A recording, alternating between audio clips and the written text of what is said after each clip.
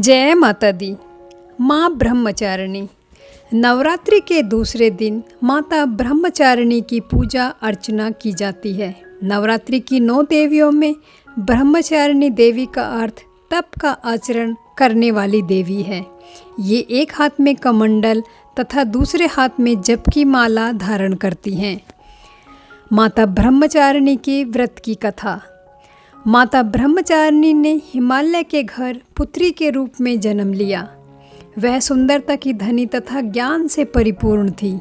एक दिन नारद जी ने उन्हें उपदेश दिया, जिससे प्रभावित होकर उन्होंने यह प्रण किया कि वह अपना विवाह शिवजी के साथ ही करेंगी। भगवान शंकर को पति के रूप में प्राप्त करने के लिए देवी ब्रह्मचारिणी ने घोर तपस्या तथा तप करना प्रारंभ कर दिया। कई वर्षों तक उन्होंने तपस्या की, जिस कारण उन्हें ब्रह्मचारिणी तथा तपस्याचरणी के नाम से जाना जाने लगा। देवी ब्रह्मचारिणी ने 3000 वर्षों तक मात्र बिलपत्रों का सेवन करके वन में तपस्या की।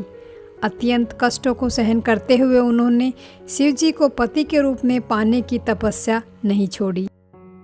इसके पश्चात उन्होंने बिलपत्रों का सेवन भी त्याग दिया तथा कई हजार वर्षों तक निर्जल तथा निराहार रहकर तपस्या की। इस प्रकार उनका नाम अपर्णा रखा गया।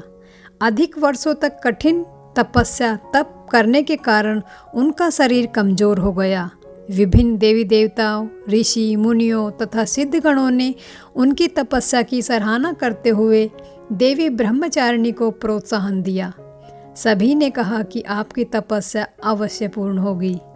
उनकी गहन तपस्या को देखते हुए अंत में ब्रह्मा जी ने आकाशवाणी के माध्यम से प्रसन्नचित्त स्वर में कहा, देवी, आज तक किसी भी कन्या ने इस प्रकार की घोर तपस्या नहीं की। तुम्हारे इस स्वरूप को तीनों लोग सराहना कर रहे हैं। तुम्हारी मनोकामना पूर्ण होगी।